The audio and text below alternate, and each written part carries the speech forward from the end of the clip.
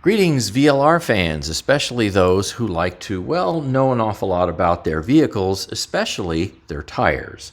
So this is a Yokohama Geolandar G91 tire, typically found on Mazda CX-5s, the non-turbo edition. Turbo edition comes with tires that have an aspect ratio that are a little bit squattier. Also, it's not a 17-inch. But, getting ahead of myself, P225 65R17 100H.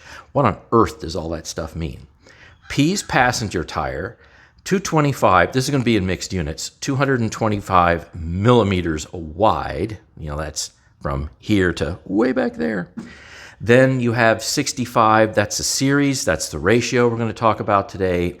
This number 65 here represents the series, and that's the width to height ratio of the tire. So it kind of gives you the thickness top to bottom, if you will. R is radial, 17 is the diameter, that is your wheel, 17 inches, 100 H. H is the speed rating. Typical speed ratings could be like, say, S, H, V. S would be, I think it's 112 miles an hour, H is 130, and V typically is around 150. There's also Z ratings, and you can look this up in other tables by Googling it. And 100 is a load rating.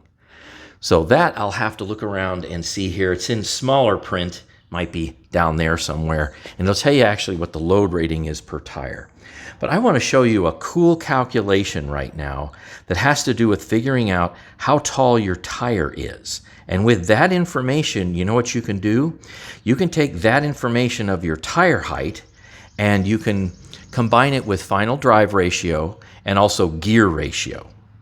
And then you can find out what your speedometer is supposed to be actually showing, and also your tach if you have one. Like, say, for example, in my top gear for this particular vehicle, it's about 29 miles an hour per 1,000 RPM. So 2 grand is about 58 miles an hour, and so on and so forth. But let's see. Let's try 225, okay, and then times your aspect ratio. There you go. 146. Now I'm going to go ahead and divide that total by 12.7. That's a constant. And then I will add, there, 17. And then I get 28.5 inches, okay? So if I get my tape measure out here, stick it on the ground, it might be a little hard to see at this particular angle, but, and also with the glare we have here, come on, turn. Make it so everybody can see it. Anyway, bring it up a little bit. I take my hand over here. You're right at about 28.5 inches.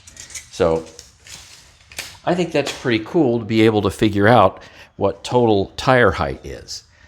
Now, about aspect ratio. I've made several videos, both driving a CX-5 with this particular kind of tire on it, and also the turbo version with the tire that's much squattier.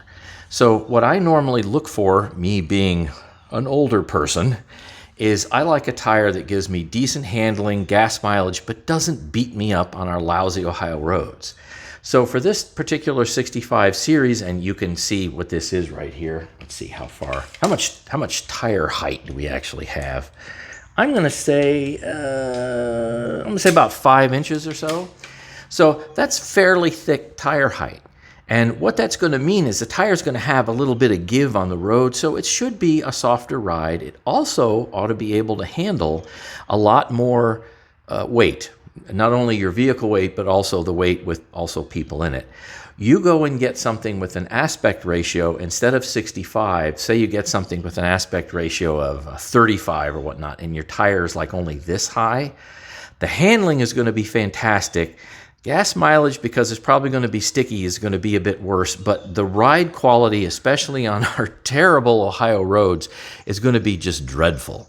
So this is why when I go and look for my next vehicle, and of course I'm aware of what's on both my current 2024's same tire, I want to make sure that I have a little bit of tire thickness here. So that's all I really wanted to talk about right now. Thanks for watching, and stay tuned for more.